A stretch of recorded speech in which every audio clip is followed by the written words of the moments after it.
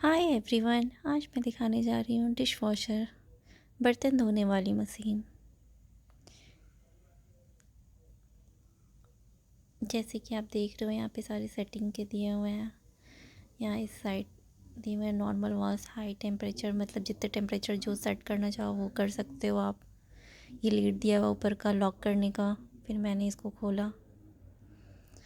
इसमें 2 रैक होते हैं।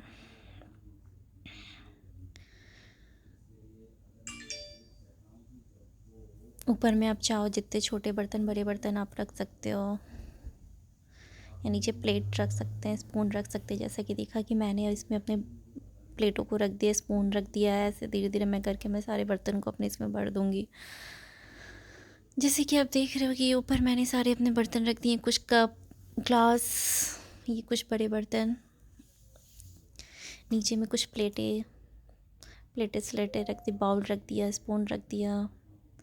फिर मैं इसका डिटर्जेंट, इसमें देख सकते हो डिटर्जेंट इसका ऐसा होता है। फिर मैं यहाँ पे लगा के इसको लॉक बंद कर दूँगी।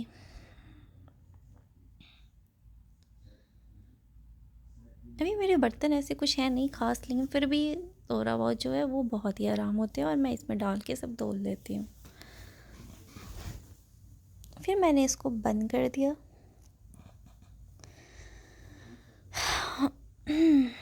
फिर इसका लिड लॉक कर दिया। फिर यहाँ मैं सेट कर दूँगी टेम्परेचर। फिर मैं यहाँ स्टार्ट कर दूँगी।